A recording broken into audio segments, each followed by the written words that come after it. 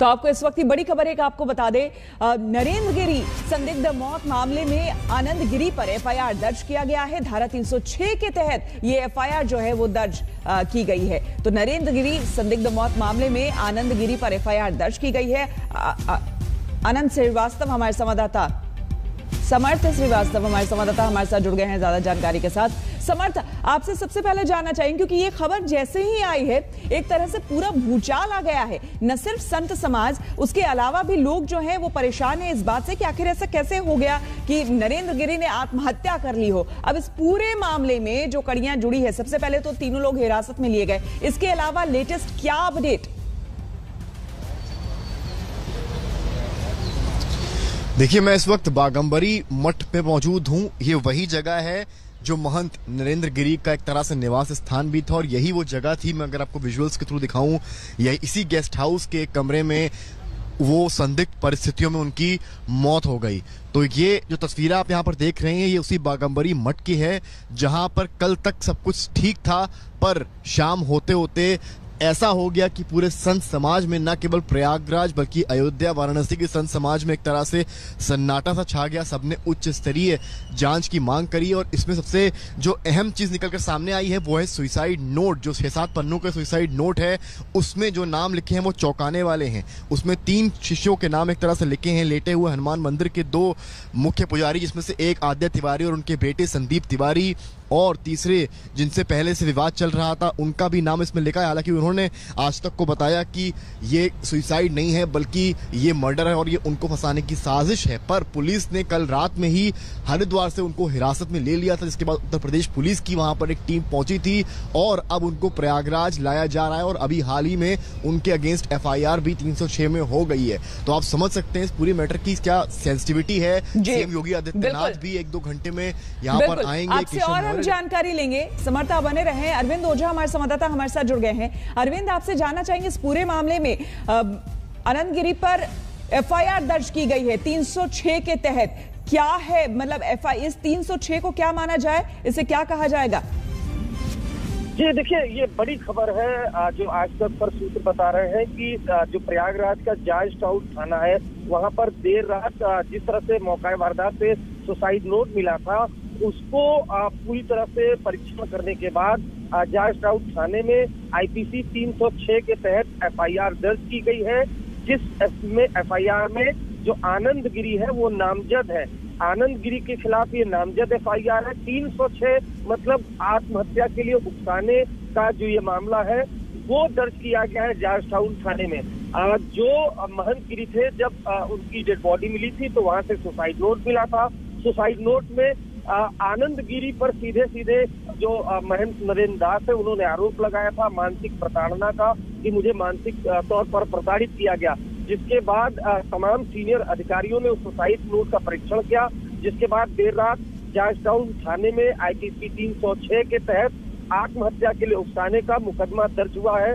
जो सूत्र हमें बता रहे हैं उसके मुताबिक अभी तक जो एफआईआर है उसमें आनंद गिरी का ही नाम है, लेकिन जैसे जैसे जांच आगे बढ़ेगी, जिस तरह से समर्थ बता रहे थे कि जो 3 शिष्य हैं उनके भी नाम है उस सुसाइड नोट में, लेकिन जो सीनियर अधिकारी है उनका कहना है कि प्राथमिक तौर पर देखा जाएगा कि जो ये सुसाइड नोट है उसमें सीधे सीधे किसे जिम्मेदार ठहराया गया है। आनंद गिरी का नाम था और आज तक ने कल ही बताया था कि बाकायदा नरेंद्र दास ने इसमें लिखा था कि मुझे मानसिक तौर पर आनंद गिरी ने परेशान किया। शायद यही वजह है कि यूपी पुलिस ने कल देर रात हरिद्वार से आनंद गिरी को गिरफ्तार भी किया है। तो आत्महत्या के लिए उकसाने का मुकदमा इस मामले में दर्ज हुआ, यानी यूपी पुलिस ये मानकर फिलहाल चल रही है, जिस तरह से कल संदिग्ध मौत की बात आ रही थी तो फिलहाल यही मानकर चल रही है यूपी पुलिस की एक आत्महत्या का मामला है, जिसमें आनंद गिरी पर आरोप है कि उन्होंने आत्महत्या के लिए उकसाया, जिस वजह से महंत नरेंद्र दास ने आत्महत्या की। बिल्कुल। समर्थ हमारे साथ लगातार बने हुए हैं। समर्थ, हम जानना चाहेंगे, आप तस्वीरें भी जरा हमें दिखाइए क्योंकि हम रात से ही देख रहे हैं कि जबरदस्त वहां पर भीड़ थी, क्योंकि नरेंद्र गिरी जो हैं वो न सिर्फ एक मठ के मठाधीश थे बल्कि लोगों में भी वो एक तरह से जनप्रिय थे।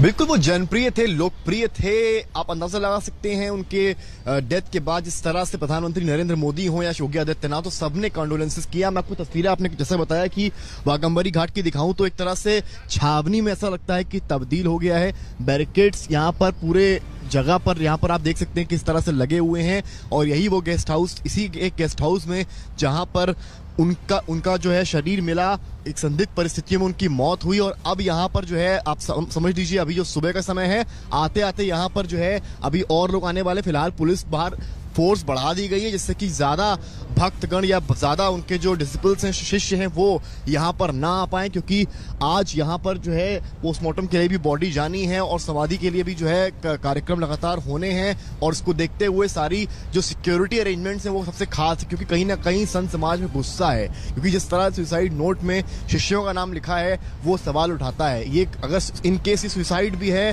तो ये एक नॉर्मल सुसाइड नजर नहीं आता है, उकसाया गया है, ये सुसाइड नोट से पता चलता है। हालांकि पुलिस का ये भी कहना है कि जब तक फॉरेंसिक जांच नहीं हो जाती तब तक वो कंफर्म नहीं करेंगे कि वो नोट जो है वो उन्होंने ही लिखा था या नहीं। हालांकि शुरुआती जांच में ये पाया गया है कि जो हैंडराइटिंग है वो उनसे मैच हुई है, बट जब तक फॉरेंसिक की फाइनल रिपोर्ट नहीं आ जाती है तब तक ये कहना जल्दबाजी होगी कि वो सुसाइड नोट महंत नरेंद्र गिरी द्वारा ही लिखा गया है। क्योंकि जब पुलिस वहां पर पहुंची है तब शव को नीचे शिष्यों द्वारा नीचे गिरा लिया गया था, इसके बाद सारी चीजें हुई। यानी कि जब दरवाजा तोड़ा गया था उस वक्त वहां पर पुलिस मौजूद नहीं थी, और 5:20 पर जो है प्रयागराज पुलिस को इन्फॉर्म किया गया, जिसके बाद पुलिस वहां पर पहुंची। क्या अगर मैं थोड़ा आपको टाइमलाइन के हिसाब से बताऊं तो लगभग 11:30 बजे शिष्यों से भेंट करने के बाद 12 बजे वो विश्राम करने के लिए चले गए थे, और यूजुअली वो 4 बजे विश्राम करके खुद बाहर आ जाते थे और शिष्यों के साथ बैठते थे। पर उस दिन कल ऐसा हुआ कि वो 4 बजे बाहर नहीं आए, जिसके बाद 1-1.5 घंटे इंतजार करने के बाद 1-2 शिष्य जब उनके पास करीब गए और दरवाजा खटखटाया और दरवाजा नहीं खुला, तब उनको शक हुआ तो और शिष्यों को बुलाया गया और दरवाजा तोड़ा गया। और जब दरवाजा तोड़ के अंदर गए तब देखा कि वो किस तरह से एक नायलॉन के रोप से टंगे हुए थे। तो ये जो चीजें हैं ये समझने वाली हैं, क्योंकि हमारी भी एक टीम एक दिन पहले ही यहाँ पर थी, तब वो हंस रहे थे, खेल रहे थे, कोई ऐसी चीज सामने नहीं थी। एक दिन में या 24 घंटे में ऐसा क्या हुआ? अगर आप सपोज करें कोई प्रताड़ित कर रहा है तो वो भी लॉन्ग टर्म से होता है, एक दिन में कुछ भी इस तरह का नहीं होता है। पर ये सवाल है क्योंकि जिस तरह सुसाइड नोट में चीजें लिखी हैं और पूरी विल जिक्र जैसा पुलिस ने किया, उन्होंने अपने 6-7 पन्ने के सुसाइड नोट में पूरी विल लिख दी एक तरह से कि किस शिष्य को कितना हिस्सा मिलेगा। आप इससे अंदाजा लगा सकते हैं कि या तो नंबर 1 वो पहले से डिसाइड कर चुके थे कि उनको आज ये करना है, या फिर सुसाइड नोट में भी कुछ गड़बड़ी हो सकती है कि किसी ने अपने नाम, किसी ने जानबूझकर विल इस तरह की बनाई कि किसी को फायदा लेना हो।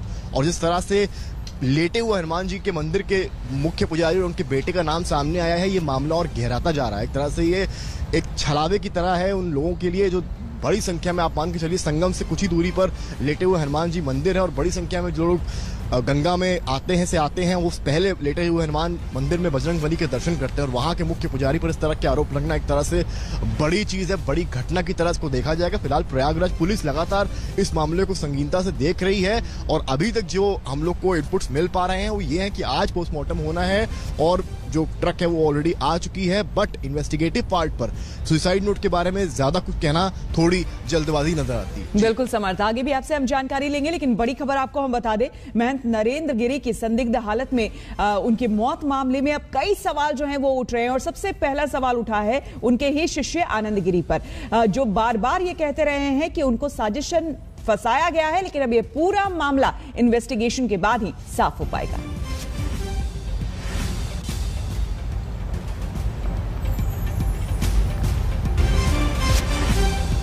हम रुकेंगे यहां पर एक छोटे से ब्रेक के लिए, बने रहे हमारे साथ, देखते रहिए आज तक।